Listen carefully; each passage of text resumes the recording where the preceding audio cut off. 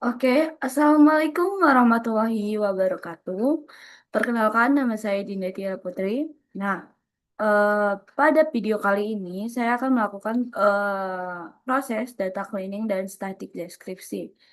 Oke, nah dataset ini berisi berbagai informasi tentang rumah di kota Ames, seperti luas tanah, terus kualitas bangunan, dan harga jualnya. Nah, tujuan dari kegiatan ini adalah untuk membersihkan data dari duplikasi, dari duplikasi. Tujuan kegiatannya adalah untuk membersihkan data dari duplikasi, missing value, dan outlier. Lalu melakukan analisis statik deskripsi agar kita dapat memahami pada pola data seperti eh, sebaran harga rumah, dan faktor-faktor yang mempengaruhi nilainya. Di video ini saya juga menunjukkan setiap langkah persiapan data, menjelaskan hasil yang muncul, dan menampilkan beberapa visualisasi sederhana untuk mendukung investasi datanya. Baiklah, untuk yang pertama,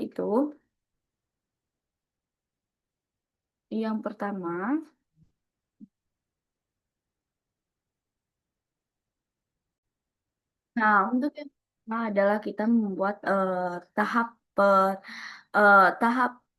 persiapan data. Saya di sini menggunakan Google Colab, yaitu platform berbasis cloud yang disediakan oleh Google untuk kita tuh menjalankan kode Python tanpa perlu instalasi tambahan, teman-teman, di komputer. Eh, Terus ke, di sini saya itu menggunakan Pandas atau library Pandas.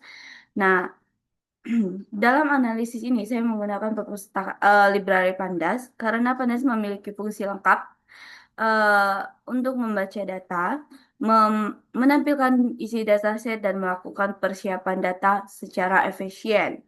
Nah, di sini untuk kodenya bisa teman-teman lihat. Yang pertama itu kita melakukan import dulu ke Pandasnya, ke library Pandasnya, dan kita melakukan from Google Colab import files. Itu kita untuk memasukkan files yang ada di dalam sini, teman-teman. Di sini, saya masukinnya di sini. File. Mbak, lagi loading. Nah, di sini kode pertama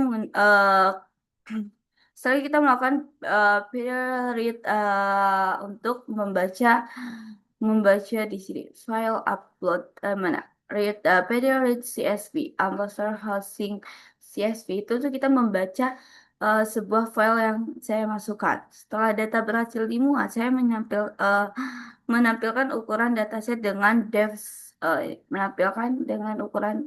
size. Nah, dari hasil yang terlihat, dataset memiliki misalnya ada 1460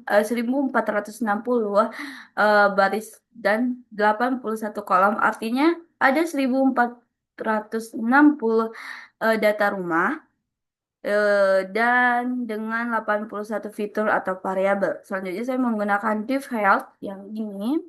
Div health untuk melihat 5 baris pertama data agar mengetahui contoh isi dari setiap kolomnya. Nah, bisa teman-teman lihat di sini. Ini adalah 5 kolom yang saya maksud. Isinya tuh seperti ini. Kita dapat membaca isinya. Ini, seperti ini, teman-teman. Nah, selanjutnya yaitu kita melakukan hmm, pemeriksaan awal data.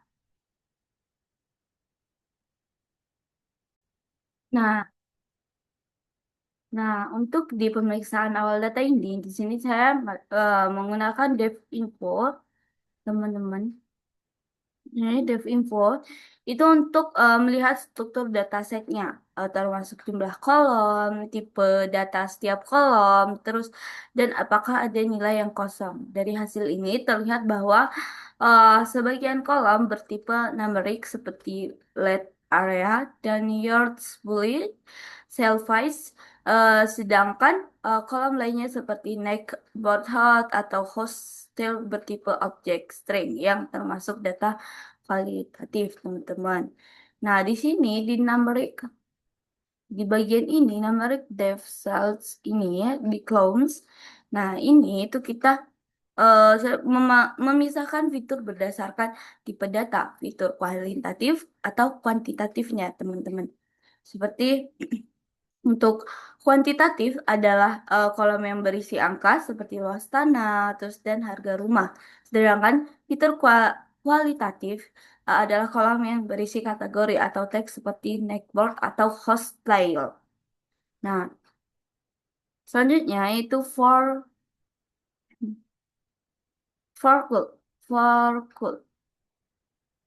Yang ini teman-teman kita print kalau tipe data ini untuk kita memisahkan tipe data juga. Nah di sini beberapa dasar Telegram memiliki angka yang terbaca sebagai string teman-teman. Misalnya karena adanya karakter koma atau titik. Saya melakukan pengecekan apakah ada di dalam kode di dalam kolom itu bertipe objek tapi sebenarnya berisi angka.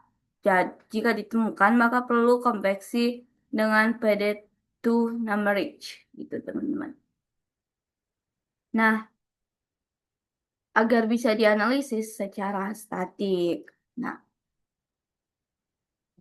nah di bagian ini tuh teman-teman, ya,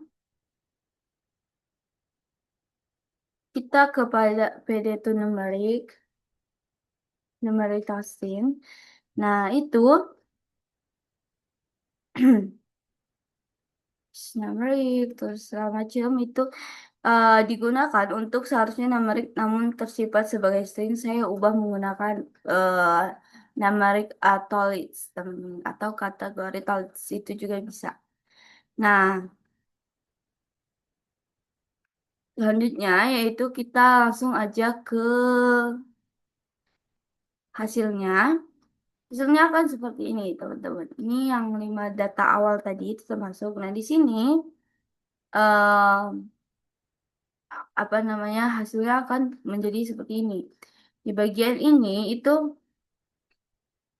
kita bisa melihat di sini dia menggunakan numerik dan di sini kita menggunakan yang tidak menggunakan numerik. Seperti itu. Oke. Nah,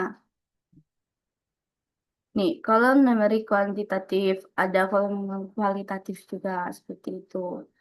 Nah, lanjut kita ke eh, cek duplikasi dan inkonsen inkonsistensinya. Nah, bagian ini yaitu kita akan mengecek duplikasi dan inkonsistensinya, teman-teman. Nah, di sini kita masih menggunakan import pandas, teman-teman. Nah, kita langsung aja sama tab pandas. Ini bagian penting sebelum analisis statik, teman-teman. Agar datanya bersih dari konsisten. Berikut versi eh, ininya, teman-teman. Di sini kita bisa lihat kodenya. Nah, kita bisa melihat kodenya. Nah, di sini kita bisa melihat hasilnya. Kita melihat cek duplikasi dan instansi data. Kita mau cek jumlah data duplikat. Itu ada 0 dan tidak ada data duplikat. Kategorinya ada kolom MZ itu seperti yang memiliki 7 kategori seperti ini. Bisa kita lihat di sini, teman-teman. Jadi, pada kali ini itu jumlah data duplikatnya ada 0, aman tidak ada data ganda. Terus kategori diperiksa untuk melihat apakah ada ejaan tidak konsisten. Contohnya par, dan par. Semua kategori sudah seragam. Kesimpulan, tahap ini memastikan setiap baris data unik. Nilai kategorinya juga harus konsisten agar analisis frekuensi dan eh, dan dan visualisasi tidak salah hitung. Baiklah, kita langsung ke check missing value, teman-teman. Nah, pada check missing value ini, kita lanjut ke check missing value. Bagian penting untuk mengetahui seberapa banyak nilai yang harus sebelum analisis statik deskripsi. Atau kita bisa lihat kodenya, teman-teman. Nah, di sini ada outputnya.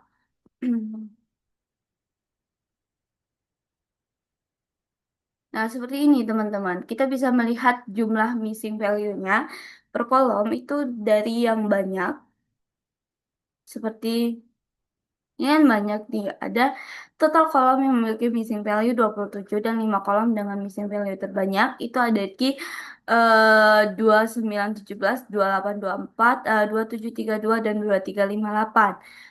Di sini kolom number gunakan nilai median untuk mengisi missing value, teman-teman. Terus alasannya median tidak mempengaruhi oleh outlier, lebih stabil untuk data harga dan ukuran rumahnya. Terus kolom kategori gunakan nilai modus atau kategori yang paling sering muncul. Nah, alasannya modus memiliki kategori paling umum menjaga konsistensi data. Selanjutnya itu kita melihat kita mengecek outliernya teman-teman. Nah, kita bagi untuk memastikan data numeric kamu berhasil dan data eh bentar. Nah, pada tahap ini kita memeriksa outlier atau nilai ekstrem pada data numerik seperti load area, leaf area, terus dan cell space. Nah, kita langsung ke outputnya aja. Seperti ini itu sudah melewati area, teman-teman. Nah, ini ada tiga ini, itu melewati seperti ini, itu sudah melewati area atau load area. Outlier adalah data yang jauh dari pola umumnya, teman-teman. Bisa disebabkan oleh kesalahan input atau kondisi khusus, teman-teman. Saya menggunakan metode IQR atau dan memvisualisasi dengan box plot. Terlihat bahwa beberapa nilai sangat jauh dari kotak umumnya, artinya utamanya, kotak utamanya dan kotak utamanya itu ada ini, teman-teman. Nah, iya kan, berarti ini outlier nih. Ini juga outlier gitu, teman-teman. Nah, telah terlihat bahwa bernilai sangat jauh dari bisa disebabkan oleh kesalahan input dan saya menggunakan metode IQR, uh, IQR dan memvisualisasikan dengan backward. Terlihat bahwa beberapa nilai sangat jauh dari kotak utama, artinya itu outlier. Setelah pembersihan, backward lebih seimbang dan statik. Nah, nanti akan lebih akurat. Nah, di sini teman-teman. Nah, di sini kan udah agak lebih ini kan lebih apa lebih agak lebih apa sih hilang gitu loh kayak ininya hilang teman-teman ya terus ini juga nah ini adalah setelah pembersihan teman-teman hasilnya akan seperti ini. Nah, outlier adalah nilai yang jauh dari pola umum data. Deteksi penting dilakukan agar hasil analisis tidak bias. Terus setelah pembersihan distribusi data menjadi lebih seimbang teman-teman. Nah, lebih seimbang. Oke, lebih seimbang dan tidak lagi dipengaruhi oleh nilai ekstrim. Nah, selanjutnya itu kita masuk ke tahap statik deskripsi kumulatif, teman-teman. Nah, apa itu statik deskripsi kumulatif? Adalah menjelaskan gambaran umum data numeriknya, teman-teman, seperti rata-rata median, simpanan baku, dan variasinya. Nah, di sini kita bisa melihat kodenya. Nah, pada tahap ini, kita menampilkan static deskripsi kualitatif menggunakan fungsi descript. Ya kan? Kita menggunakan fungsi descript. Ya.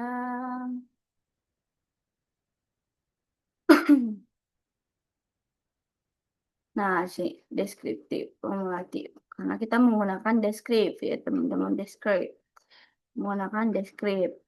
Nah, seperti df numeric descript. Nah, itu statik menunjukkan nilai minimumnya, maksimum rata-rata, mean, median, dan simpan baku. Nah, di sini saya menambahkan koefisien variasi atau CV, teman-teman. Di sini menambahkan CV pada bagian ini. Nih. Nah, dan include range atau IQR tadi ya untuk melihat tingkat variasi dan sebaran data. Misalnya pada kolom Slay Price rata-rata harga rumah sekitar 180 juta dolar dengan CV sekitar 0,30. Artinya harga rumah di dataset memiliki variasi sedang, tidak terlalu seragam, tapi juga tidak terlalu ekstrim. Nah, di sini hasilnya itu bisa kita lihat ringkasan statik deskripsi, describe. Nah, di sini ada harga-harga rumah, ada luas bangunan, ada ya seperti itu. Hasil. Nah, nilai CP sebesar 644 menunjukkan tingkat variasi data. Semakin besar CP, semakin tinggi perbedaan antara rumah. Artinya harga rumah di dataset ini cukup bervariasi antara propertinya. Nah, selanjutnya itu kita masuk ke data deskriptif uh, kualitatif, teman-teman. Nah, pada bagian ini kita fokus ke kategori data non-numeric seperti jenis jalan, tipe atap, dan atau kondisi rumah bertujuan untuk melihat kategori apa yang paling sering muncul domain dan apa artinya dalam konteks data. Nah,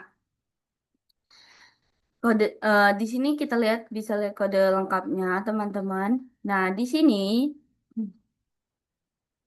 pada tahap ini, teman-teman, eh untuk menganalisis kategori seperti MS tuning yang menunjukkan zona tempat rumah, terus eh dari hasilnya kategori alam mendominasi sekitar 77%. Artinya sebagian besar rumah berada di zona perumahan biasa yang menggambarkan kategori umum dari data AMS Kami. Nah, bisa teman-teman lihat di sini nih kita hanya mengambil sampel datanya, teman-teman. Semuanya mengambil 5 sampel data. Nah, sebagian besar rumah berada di area dengan kategori RL, artinya mayoritas properti memiliki tipe zona tersebut, menunjukkan karakteristik umum dari lingkungan perumahan di dataset ini. Nah,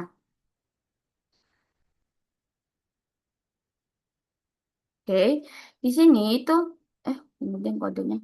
Nah, di sini kita menggunakan contoh 5 kategori. Pertama, kenapa hanya 5? Terus di sini kita menggunakan sama masih menggunakan di sini kita menggunakan select data eh, di tipes itu select di tipes dari kategorinya. Terus kita menggunakan value kita menggunakan presentase dan frekuensi teman-teman. Nah, selanjutnya itu yang terakhir kalau nggak salah ya, visualisasi dari data. Nah, di sini itu eh, visualisasi dari data. Nah, di sini saya menjelaskan ini dulu deh kalau gitu. Select di tipe data itu adalah pilihan atau ini select mana tadi ya? Benar, ini itu adalah pilihan umum kolom bertipekan kategori string. Nah, value cons, value, hmm, hmm. Value cons ini adalah menghitung jumlah kemunculan tiap kategori. Nah, untuk bagian value cons numerics true itu adalah kita menghitung presentasi tiap kategorinya, teman-teman. ID max, ID max, mungkin teman-teman baru dengar. Nah, itu adalah mencari kategori yang paling sering muncul dan print menampilkan hasil data teks penjelasannya. Nah, selanjutnya yaitu kita ke yang tadi saya bilang, itu kita menuju ke visualisasi data.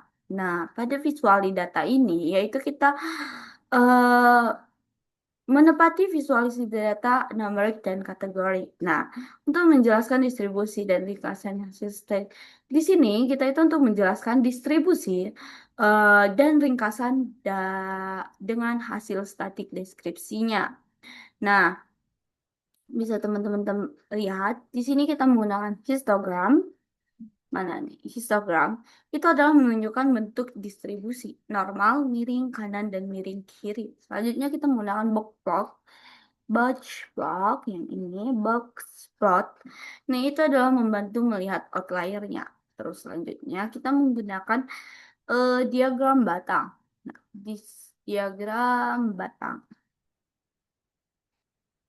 Mana nih yang diagram batangnya? Nah, itu. Nah, itu adalah eh, menunjukkan dominasi kategori dalam kualitatif data. Selanjutnya itu kaitan statik deskriptif. Nah, di sini kita menggunakan kaitan deskriptif, teman-teman. Yaitu untuk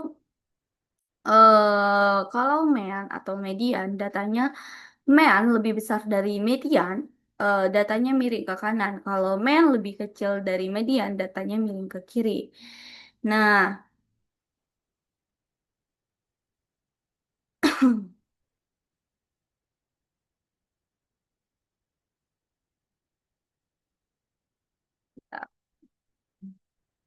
kita langsung aja ke visualisasinya. Kita bisa melihat ini tadi apa? Instagram search price, search price. Nah, ini gimana? Coba ayo. Itu adalah kita search price. Kita melihat apa ya tadi? Lupa teman-teman. Eh, Menunjukkan bentuk distribusi normalnya. Berarti normalnya seperti ini, teman-teman. Dia bentuknya seperti ini. Search gitu. Terus block wall space. Mana yang dia outlier? Kita mengecek outliernya, itu kan. Membantu melihat outlier. Mana yang outlier? Ya, yang 7.000 ini. Nah, ini benar-benar udah lewat banget. Yang lainnya rata-rata di 4.000, 3.000, 3.000, 30 inilah ya, 30.000 sampai 40.000. Dan untuk 70.000 itu adalah outliernya. Terus kita melihat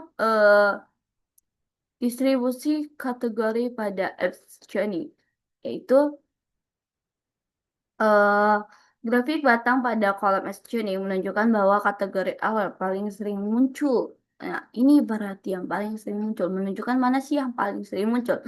RL. Setelah itu, kita yang paling muncul kedua adalah RM. Dan yang ketiga adalah FV. Dan RH dan C ini sepertinya agak seimbang gitu ya, sering muncul ya agak seimbang atau banyakkan RH dan seperti itu teman-teman. Untuk histogram menunjukkan bahwa distribusi slash price miring ke kanan itu teman-teman. Hal ini konsisten dengan hasil statik deskripsi di mana rata-rata lebih besar dari median. Pokoknya memperlihatkan adanya beberapa outlier pada sales price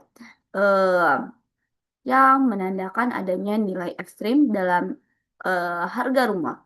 Grafik batang pada kolom menunjukkan bahwa kategori RM paling sering muncul. Nah, dari hasil visualisasi dapat disimpulkan bahwa harga rumah cenderung tidak simetris dan dipengaruhi oleh beberapa nilai ekstrim. Nah, mungkin hanya itu yang bisa saya sampaikan. Eh, saya akhiri. Wassalamualaikum warahmatullahi wabarakatuh.